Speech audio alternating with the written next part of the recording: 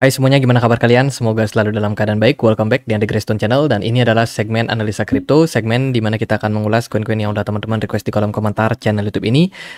Dan lumayan banyak yang minta dibahas untuk Veracity sama Pendle ya. Kita akan coba untuk ulas dua project token ini, siapa tahu bisa bermanfaat bagi teman-teman. Tapi sebelumnya aku mau forward satu event datang dari Gate.io. Jadi Gate.io saat ini sedang mengadakan ya penambangan startup yaitu MetaSen Mark. Jadi nama tokennya adalah MAK atau MetaSen, di mana teman-teman bisa melakukan staking ya di platform Gate.io ini kalau teman-teman sudah memiliki token MAK. Kenapa demikian? Karena ada hadiah sampai total 111.000 token MAK yang akan dibagikan dengan return yang lumayan besar. Kalau kita lihat dari APR-nya ini sampai 567%. Jadi gede banget APR-nya buat teman-teman yang bisa staking atau yang sudah punya tokennya. Staking cuma dalam periode 7 hari saja. Saat ini sudah ada sekitar 581 peserta yang mengikuti campaign ini. Jadi periodenya ini baru saja dimulai, 6 hari 4 jam ke depan akan berakhir teman-teman. Jadi token MetaSen ini adalah salah satu platform game ya, yang mana dia meluncurkan token dan saat ini sedang di-develop. Dan untuk mendapatkan investor awal, mereka ngasih reward berupa hadiah MAK pool yang cukup besar. Nah, di Exchange Gate.io itu banyak sekali project-project startup baru yang dibantu, dan juga ada banyak sekali token yang menyediakan hadiah mining ya. Seperti contohnya adalah Babe, terus juga ada MAK, ada TON juga. Nah, ini saat ini yang sedang berlangsung. Di periode sebelumnya malah ada lebih banyak token lain, teman-teman. Jadi buat teman-teman yang pengen untuk melakukan staking, bisa gunakan aplikasi Gate.io. Nanti linknya aku akan sertakan di kolom deskripsi video ini. Di exchange ini teman-teman juga bisa melakukan perdagangan di market futures. Kemudian buat yang suka staking, ada fitur earn ya. Di sini ada banyak sekali token-token project yang bisa teman-teman staking. Pilihannya lumayan banyak dengan APR yang cukup besar juga. Kemudian yang pengen untuk melakukan perdagangan spot ataupun menggunakan fitur botnya juga tersedia grid spot dan juga future grid. Jadi sangat-sangat mempermudah untuk teman-teman yang pengen invest. Again, untuk linknya di kolom deskripsi video ini jika tertarik. Oke, kita akan langsung masuk ke pembahasan token Veracity. Hari ini Vera diperdagangkan di kisaran level Rp38. Vera sendiri merupakan sebuah platform entertainment, decentralized entertainment, di mana dia menawarkan kemudahan, termasuk juga bagi teman-teman yang pengen untuk mendapatkan pendanaan, khususnya para konten kreator, sekaligus para investor juga. Mereka punya dua produk.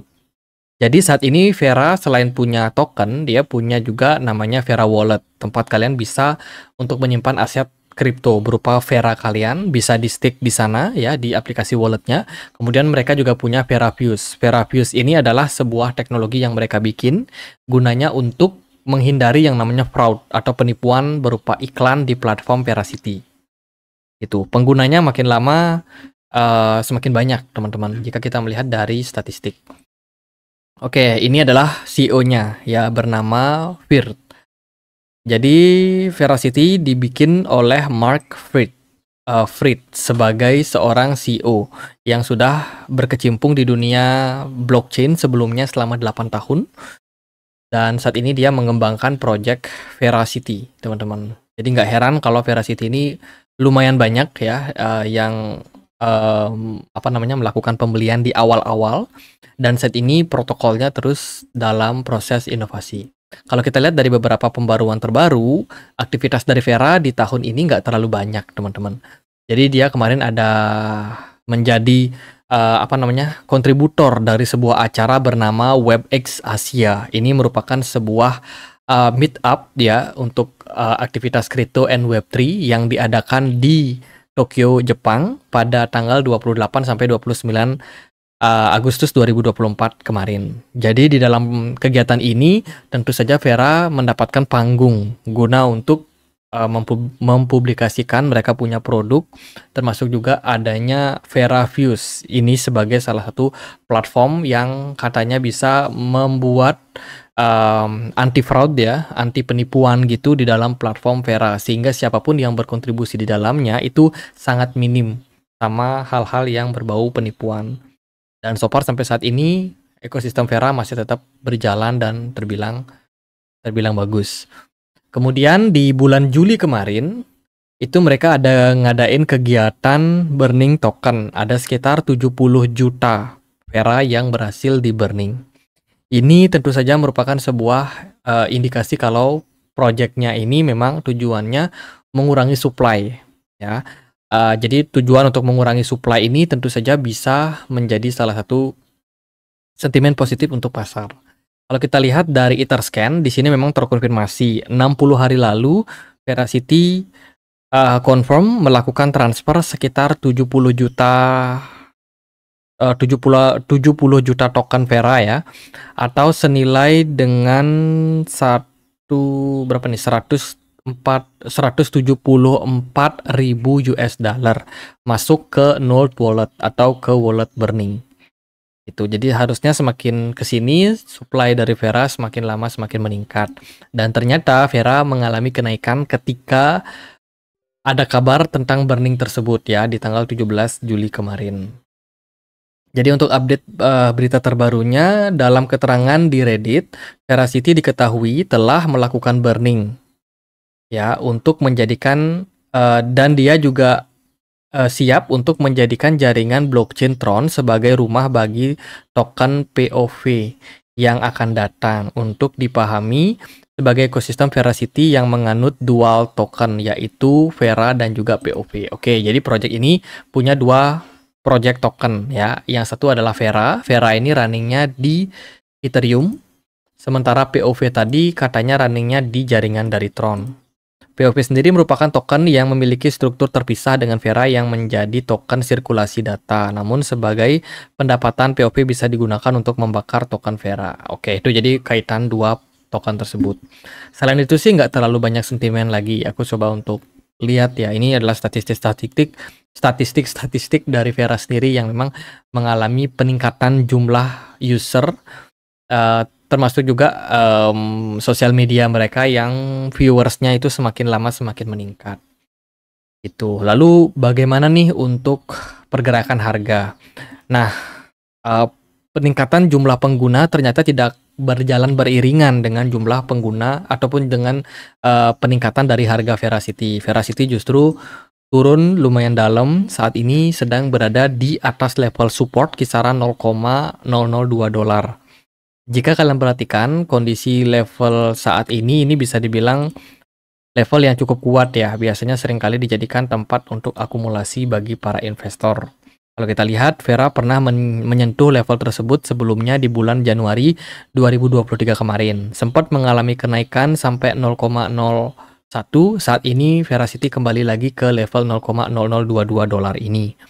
Dari pergerakan saat ini, volume transaksinya tidak terlalu besar. Smart money juga tidak terlalu mendominasi di pasar.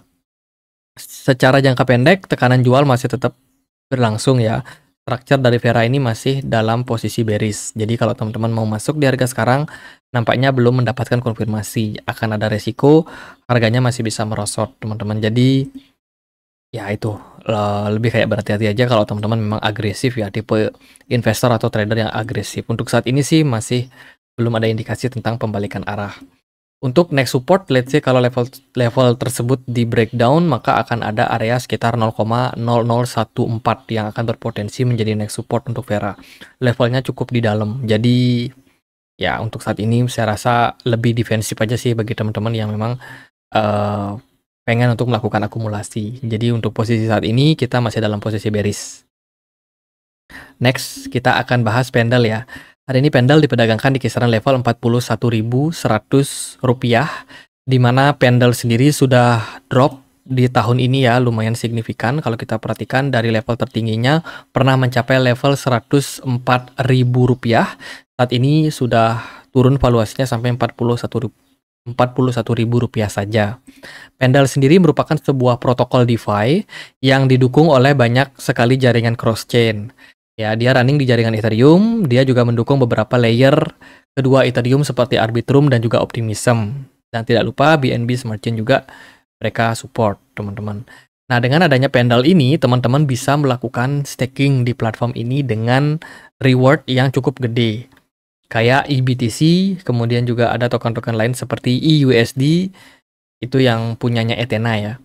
Terus juga ada token-token lain, nih banyak banget teman-teman. Jadi pilihan tokennya banyak banget, dan tentu saja dia menawarkan reward ataupun reward staking yang lumayan gede ya, jika dibandingkan dengan DeFi yang lain. Maka nggak heran kalau teman-teman mengikuti perjalanan Pendle di awal-awal, mereka itu terbilang project yang lumayan mencuri perhatian, terbukti dengan peningkatan harga yang lumayan signifikan. Dulu Arthur Hayes ini adalah CEO-nya BitMEX, salah satu crypto exchange gitu teman-teman. Dia mensupport project dari Pendle di awal, dan waktu itu dia sudah sempat mengalami keuntungan ya. Namun beritanya di bulan Juni 2024, tanggal 6, itu Arthur Hayes itu dia keluar dan melakukan unstake dari Pendle sendiri sampai total asetnya sekitar 10 juta US dollar karena dia melihat bahwa ada potensi crash terjadi. Teman-teman, jadi Arthur Hayes ini co-founder dari BitMEX akhirnya keluar, dan itu menandai awal penurunan daripada Pendle bahkan sampai saat ini. Itu community waktu itu merespon dengan negatif ya keluarnya Arthur Hayes tersebut, dan harga Pendle akhirnya mengikuti juga penurunannya. Dan kalau kita lihat dari berita terbaru, Pendle ini juga sempat kena serangan. Salah satu protokolnya bernama PenPy itu kena hack. Total kerugiannya sampai 105 juta US dollar.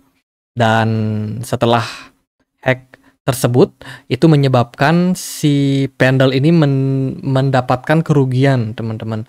Tapi beruntungnya Pendle dengan cepat melakukan follow up, dan akhirnya berhasil diselesaikan. Jadi sebelum protokolnya kena hack, si Pendle ini sudah berhasil menyelamatkan dana investor mereka terlebih dahulu.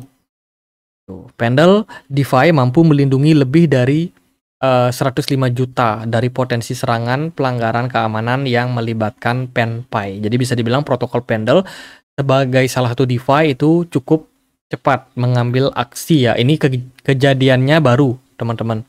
September tanggal 4. Hari ini tanggal 6 ya kita bikin video. Itu jadi bisa dibilang cepat banget, gercep banget gitulah.